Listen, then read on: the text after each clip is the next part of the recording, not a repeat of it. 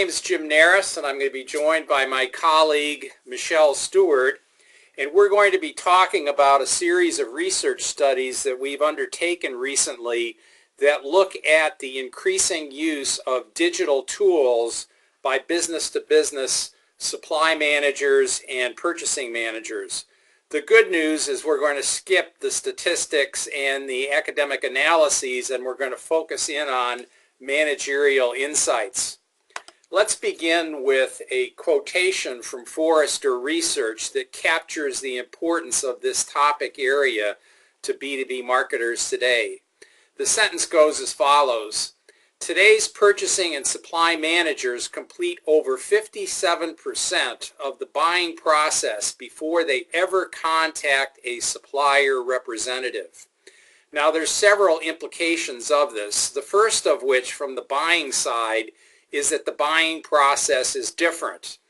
And it's so different that pundits have changed the name from buying process to customer journey. So we're going to be using the term customer journey quite frequently here today. A customer journey basically refers to the steps that the buyer goes through from the point they realize that they need to find a solution to a particular product, all the way through buying the product, getting it delivered, using it, and then hopefully repeat buying from that supplier over a period of time.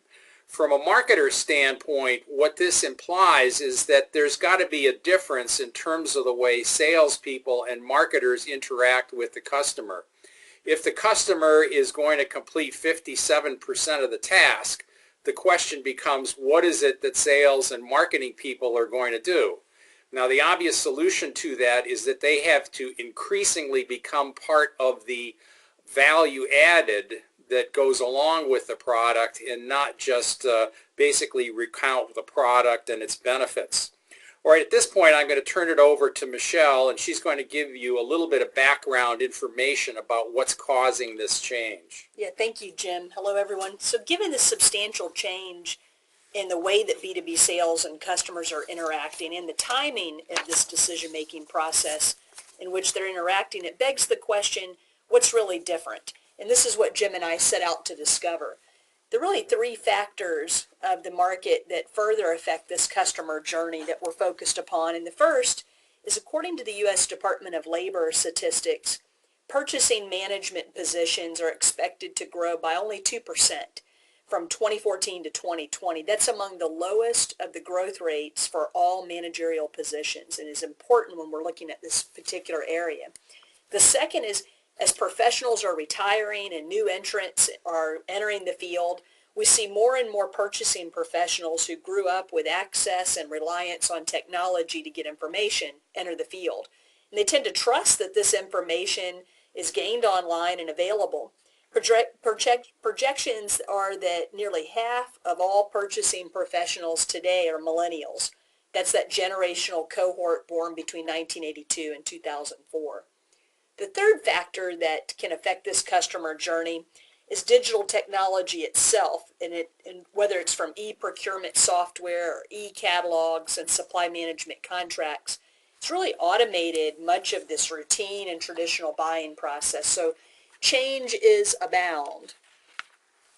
Now, in this next slide, if you're viewing from your laptop or your cell phone, you'll notice on the y-axis we have dollars, and then on the x-axis we actually have different types of product to look at overall spend.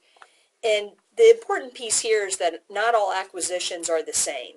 This Pareto chart narrows down spend by those elements with the highest annual spend. The purpose of this chart is to identify the most important of a large set of factors. This comes from this old adage from the late 1890s of what is now called the Pareto principle, that 80% of the effects come from 20% of the causes. The key here is that for any given company, the vast majority of expenditures are to purchase products and services that aren't necessarily strategically important to the outcomes of the firm. So for suppliers, the key question becomes, do you know if your products and services are strategic or non-strategic to the customer's mission? The first thing that today's marketing person should be asking is whether or not they're selling a strategic or non-strategic product. It makes all the difference in the world. These non-strategic purchases for a customer often have a different path to purchase that's critical for a supplier to understand to be maximally successful. This is really a sweet spot for the use of digital tools. Next, Jim's going to describe for us the modern decision-making process that's emerged from our research.